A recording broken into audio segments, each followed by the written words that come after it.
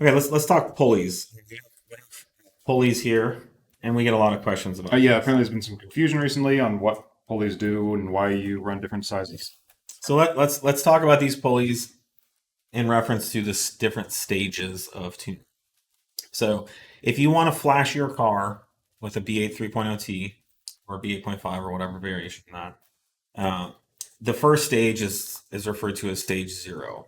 This is you simply flashing your ECU, and the ECU increases the boost of the supercharger using its boost control, very limited but capable boost control system, and you generate the initial stage zero power increase. Stage one. Stage no, the stage zero is no pulley at all. Stage one. Stage one is no pulley at all. Stage one is Stage one is always just the software, and then stage two is a pulley modification. Okay. Sorry. Yeah. Okay. So yes, stage one. I apologize. Is no pulley, and so you would just flash the ECU and you would get the power. Yep. The supercharger won't necessarily spin faster, but there's a boost bypass system that allows the ECU to generate more boost using the supercharger. Yeah. So the way the factory system works is there's a bypass valve that basically bleeds air around the compressor and the supercharger so that Audi can the OEM can control. It's a little throttle body. It's a tiny little throttle body, but it lets Audi basically specify exactly what they want to run for any given amount of boost, and they do that. You'd think with your foot to the floor they'd give you everything the supercharger could do, but no, they actually tailor it so it's just this programmed flat profile of torque, which means there's quite a bit left on the table.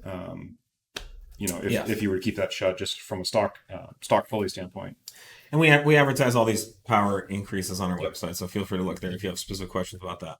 So then stage two is a point where we will spin the supercharger faster in order to generate that additional boost. Now there's two different ways you can do that. You can do the supercharger pulley upgrade itself. So this pulley is smaller than stock, which causes the supercharger to spin faster. We sell a tool to remove this. You can do this from the top of the motor. And it's one way to do it. The other way that you can do stage two is you leave the stock supercharger pulley and you change the crank pulley lower, which is what's driving the supercharger. And there's two options. There's a 179 and a 190 that we offer. Again, this is stage two. Stage two would be either or, whichever one you decide. I'd say for the average person who's looking for a really nice increase in performance, who doesn't want to stress things as much and keep temperatures lower, 179 produces a great amount of power, just the 179 lower by itself. But the 190 can be used as well. And again, I think all these numbers are pretty So let's talk also. I mean, the biggest factor here is the ratio, is how fast is the crank spinning to how fast is the supercharger spinning. So all of these you can literally just take and divide. You take the number of your lower pulley, divide it by the diameter of your upper pulley. So a 179 millimeter pulley divided by if it's OEM, it's a 63 millimeter OEM upper pulley. That's going to give you your ratio. So that's really what determines how quickly the supercharger is going to spin in relation to the motor. For this combo, I've just got the ratios here so I can reference them. If you just do the upper, you're looking at about 2.81 to 1. So every time the motor turns once, the supercharger turns 2.81 times. If you do just the 179 and leave the stock, it's 2.84. So it's basically, essentially the same there. And then if you do just the 190 mil, it's 3.02. So it's definitely getting up there a good bit on the 190. Yeah. You'll be pushing most stage two files, potentially higher than what they normally do. What I've seen is guys at altitude like that option, or they'll run the 190, just get a little more air into the motor on a stage two file, because you're not going to be hitting the higher pressures that a stage 2+ file would typically. Yeah. So another option, instead of doing, so 2+ is now. So now we're getting in. Then we get into the 2+ territory, which is generally anything that's like higher than a 3.0 pulley ratio. All right, and so this 2+ would be upper and lower. So you can do the the upper and lower 179 or upper and lower 190, which is again more aggressive. Yeah, so that's a 3.1 ratio for the 179 Mm-hmm. and the upper, and a 3.29 for the 190 and upper. Conversely, for stage 2 plus, you can do just the lower, Yep. and this is our 207. Now, again, you do not do an upper with this. This was pretty controversial at one time because people thought like it rips itself off the motor. We came out with one, I don't know, 6 months ago. I think we've sold hundreds, and no reported problems. So I don't know, I don't know what that was all about. And this lands you exactly, basically, if you do the 190 and the upper, it's a 3.29. That's a 3.29 with a stock upper. So it's the same. Stage 2 plus is the most aggressive. It pushes the supercharger as hard as it can be pushed safely, and it's what all the world records are set on. If you're going to run E85 and you have really good cooling, you've upgraded your intercooler and you have good cooling system modifications. Yeah, let me just. I've got a That's going to be the fastest setup. little graphic here that kind of just shows. It's a lot of lines, but and maybe screenshot it. You can look at it later, review this video later. And it's hard to know what the lines. This will be up on our. We've got similar graphs to this on our product pages already for some of the pulley combos. Yeah. We'll get the rest up just for clarity. But yeah, you can see kind of where things kind of weave back and forth depending on what pulley combo you've got, upper versus lower.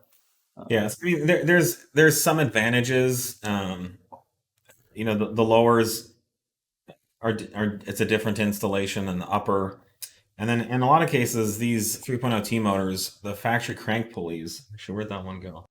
The factory crank pulleys are problematic. Go. No, that's problematic. That's They just covered up with some crank pulley. This is a factory crank pulley that has failed, and this is a harmonic damper that is rubber isolated. So there's an inner hub, and then there's a rubber vulcanization, and then there's the outer pulley, and these fail catastrophically, as you can see. That one wound up a belt with it too. Yeah, and it's got the serpentine belt wrapped around it.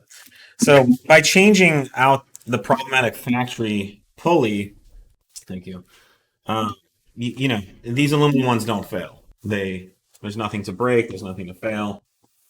Certainly ours don't. There was one TV company that was having problems with theirs shearing in half, but it was just poorly engineered. Yeah, they just done like some thin spokes and removed all the material. Yeah, there were spokes, you could see through it, and they removed way too much material for no reason. And these are lighter too than the factory pulley, so there's some benefits there.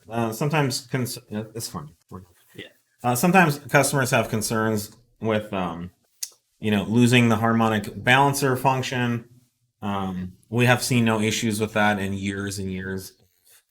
Thousands of engines running these. There's really no if there were issue. If that was a chronic problem, you'd see generally trashed like crank main bearing. Where that usually presents itself first. It'd be particularly the leading bearing, but it'd be across the board with the crank. Engine failures and things like that. We haven't seen. The only crank bearing failure I've seen personally was due to a high pressure fuel pump issue installation. Well, that was like buying it. Basically turned your oil into fuel, filling your motor with gas. Yeah, that doesn't lubricate quite as well. Okay, so I think that's enough about that. If anyone has any questions about that, and just reference the video too. This will go up on YouTube, or it is up on YouTube, but we'll have clip outs and things, and you can.